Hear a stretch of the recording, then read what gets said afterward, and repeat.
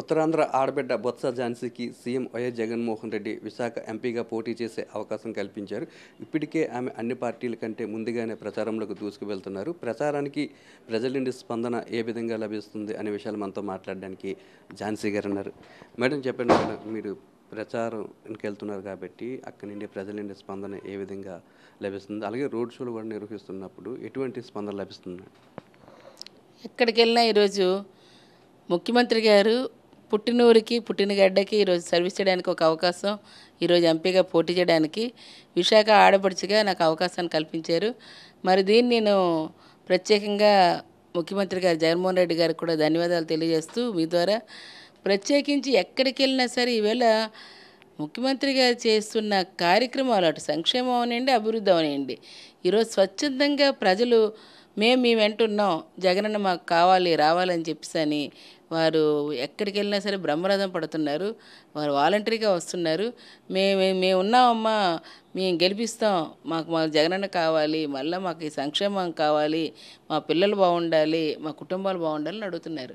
So అటువంటి స్పందనతో ఈరోజు ప్రజల మధ్యలో మమేకమై ఈరోజు ప్రజలు ప్రభుత్వంతో మమేకమైన విధంగా వారు చేస్తున్న కార్యక్రమాలు ప్రజలే ఈవేళ మళ్ళీ మేము ప్రభుత్వాన్ని తెచ్చుకుంటాము, మళ్ళీ ఈ ప్రభుత్వమే కావాలనే విధంగా ఈరోజు వారి నోటంబడ స్వచ్ఛందంగా రావటం అనేది ఈరోజు ప్రజల పట్ల ప్రభుత్వంకు ఉన్న అంకితభావం తెలుస్తుంది.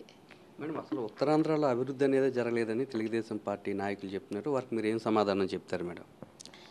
ఏముంది, వారికి విమర్శించడం హక్కు కాబట్టి విమర్శిస్తున్నారు. కానీ ఈరోజు మీరు విద్యలో తీసుకోండి, వైద్యంలో తీసుకోండి, ఇండస్ట్రీస్లో తీసుకోండి, అలాగే ఈ ప్రాంత డెవలప్మెంట్ ప్రతిది కూడా ఇన్ఫ్రాస్ట్రక్చర్లో తీసుకోండి, ప్రతి దాంట్లో తీసుకున్న ఈసారి డెవలప్మెంట్ అనేది నాడు నేడు స్కూల్స్ దగ్గర నుంచి తీసుకుంటే మీకు తెలుస్తాయి.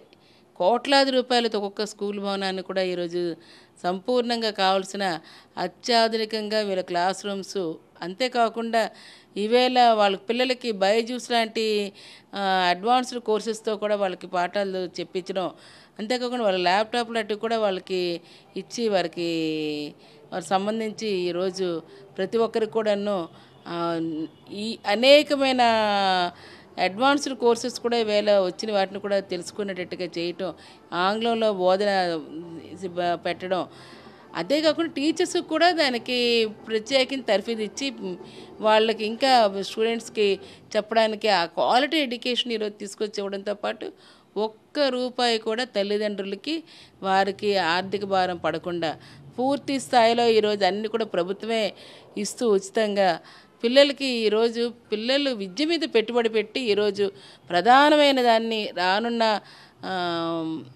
భవితకి, ఈ రాష్ట్ర భవిష్యత్తుకి, పిల్లల భవిష్యత్తుకి ఈరోజు పెట్టి తీసుకెళ్తున్నది. యూనివర్సిటీస్ తీసుకోండి, కొత్తగా మెడికల్ కాలేజీలు తీసుకోండి, ఇప్పటికే 7 మెడికల్ కాలేజీలు స్టార్ట్ చేసి ఇంకా రిమైనింగ్ కాలేజెస్ కూడా మొత్తం 17 కాలేజీలు ప్రపోజల్, ఇంకొక 5 రెడీగా ఉన్నాయి.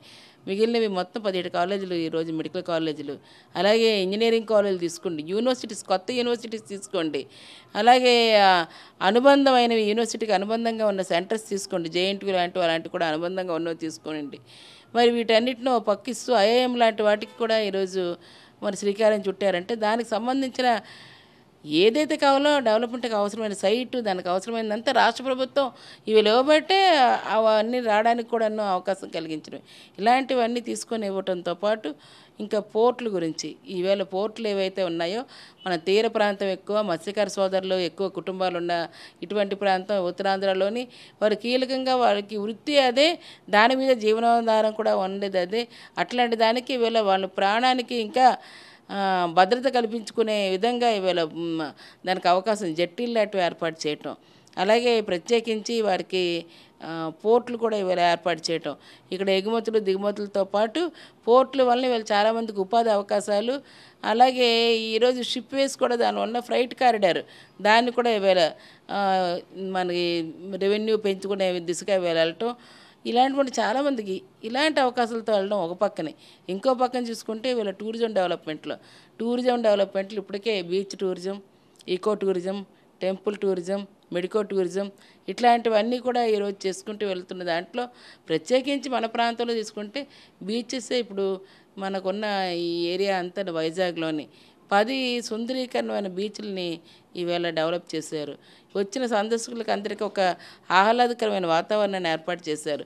అంతేకాకుండా చాలామందికి వీళ్ళు ఉపాధి ఫుడ్ కోర్ట్స్ లాంటివి కానీ ఇతరత్రా కానీ రావటం వల్ల ఈరోజు అంతేకాకుండా ఉపాధి కాకుండా ఇంకా అనేకమైనవి ఇక్కడ ఉన్న మన తాలూకా సంస్కృతి సాంప్రదాయాలకు అద్దం పట్టేలాగా అనేకమైన మరి అక్కడ విగ్రహాలు అవనియండి ఇతరత్రా అవనియండి అలాగే మంచి సెంటర్స్లో అన్నింటిలో కూడాను ఈవేళ మరి ఈవేళ ఫోటో వాటికి అనుకూలంగా వాళ్ళు చూసుకునేటట్టుగా కూడా ఈరోజు తీసుకోవడం.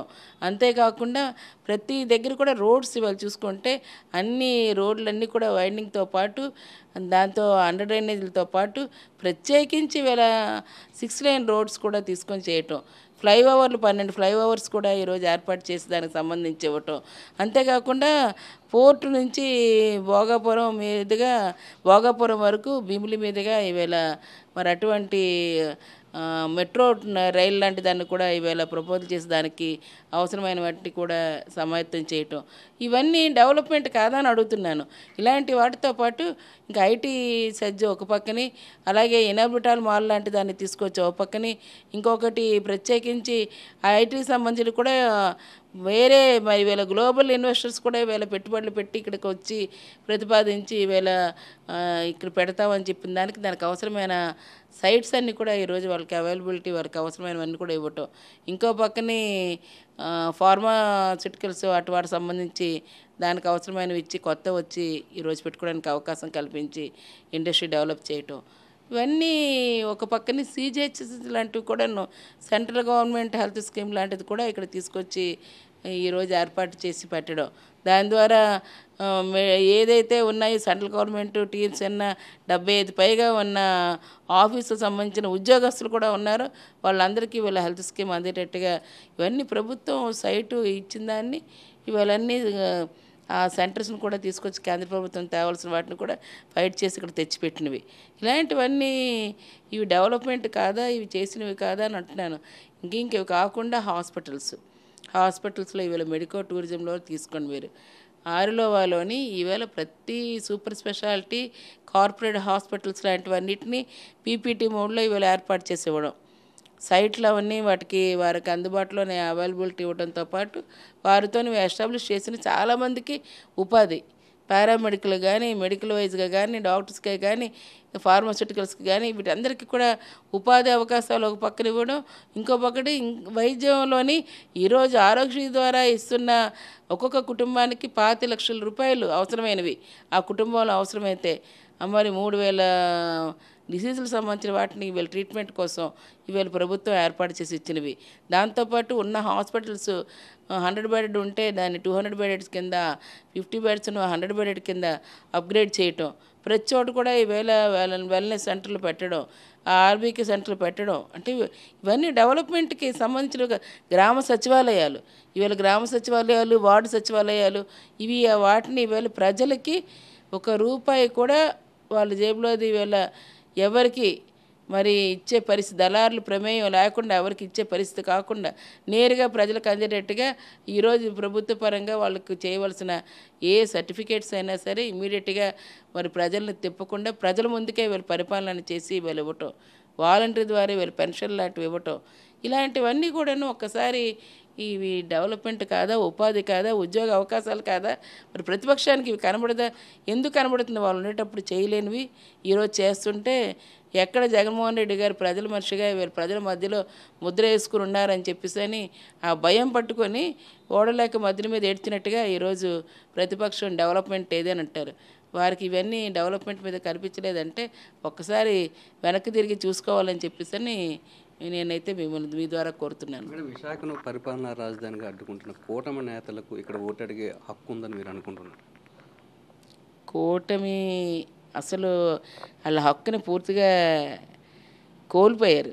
ఎందుకంటే ఈ డెవలప్మెంట్ మీదే వాళ్ళకి ఏమాత్రం ఇష్టం లేని వాళ్ళు ఎక్కడ డెవలప్ అయితే మరి ఆ పార్టీ ప్రతిపక్షం మరి అధికారంలోకి రాదని భయపడుతున్న వాళ్ళు ఈవేళ ఇక్కడ పరిపాలనా రాజధానిగా దమ్ముంటే మేము మాకు అవకాశం ఇవ్వండి, పరిపాలనా రాజధానిగా చేసి ఉత్తరాంధ్ర వెనుకబడతాను పోగొట్టి విశాఖను డెవలప్ చేస్తామని చెప్పమనండి. అటువంటి పరిస్థితే లేదు వాళ్ళకి ఈరోజు. ఎందుకంటే వాళ్ళకి ఓటమి భయం. వాళ్ళు పార్టీలు కలుస్తున్నది కేవలం మళ్ళా అధికారంలోకి వచ్చి ప్రజల్ని ఈవేళ మళ్ళా పన్నుపోటుతోని మళ్ళీ ఈ రాష్ట్రాన్ని వెన్నుపోటుతోని మళ్ళీ చేయాల్సిన ఆలోచన తప్పితే వాళ్ళకి రెండో ఆలోచన లేదు. ఇవాళ ప్రజల బాగోగులు లేదు, ప్రజలకు కావాల్సిన సౌకర్యాలు ఇవ్వడానికి లేదు. ఇవాళ చేసిన సంక్షేమ ఫలాలు అన్నిటికీ గంటి కొట్టవలసిన పరిస్థితి కనబడుతుంది. పెన్షన్లకే ఈరోజు ఎలక్షన్ కమిషన్తో ఫిర్యాదులు చేసిన పెద్ద మనుషులు అవి కనీసం వృద్ధులకి నోటి దగ్గర అన్నాన్ని వీళ్ళ తన్నిన కాలుతో తన్ని కంచాన్ని తన్ని వాళ్ళు రేపు అధికారంలోకి వస్తే ప్రజలకి ఏమి వీళ్ళు జవాబుదారితనంగా ఉంటారు. ఈ సంక్షేమ ఫలాలన్నింటినీ కూడాను ఈవేళ మొత్తం ఈ రాష్ట్ర ప్రజలకు అందకుండా మళ్ళీ వాళ్ళకి మళ్ళీ పేదరికంలో ఉండాలి, పెత్తందారులకే పెత్తనం ఉండాలనే రకంగా వస్తున్న వాళ్ళకి బుద్ధి చెప్పే పరిస్థితి వస్తుంది. కాబట్టి ఎటువంటి పరిస్థితిలో కూడాను వాళ్ళు ఆ పరిపాలన రాజధానిగా విశాఖపట్నం ఇస్తామన్న దానికి అడ్డు తగిలితే ఎవరు ఇక్కడ చూస్తూ ఒప్పుకోరు. విశాఖ బిడ్డగా తాను చేస్తున్న ప్రచారానికి ప్రజల నుండి విశేషమైన స్పందన లభిస్తుందని, ఇక్కడ ప్రజలు అభివృద్ధి సంక్షేమాన్ని కోరుకుంటున్నారు. ఇప్పటికే అభివృద్ధి సంక్షేమాన్ని సీఎం వైఎస్ జగన్మోహన్ రెడ్డి అందజేశారని, మళ్ళీ జగన్మోహన్ రెడ్డిని సీఎంగా చేసుకునేందుకు ప్రజలంతా కూడా సిద్ధంగా ఉన్నారని, పరిపాలనా రాజధానిగా విశాఖను అడ్డుకుంటున్న ప్రతిపక్ష పార్టీలకు ఓటు అడిగే హక్కు లేదని బొత్స ఝాన్సీ చెప్తున్నారు. కెమెరామెన్ అప్పలరాజుతో నాయుడు, విశాఖపట్నం నుంచి.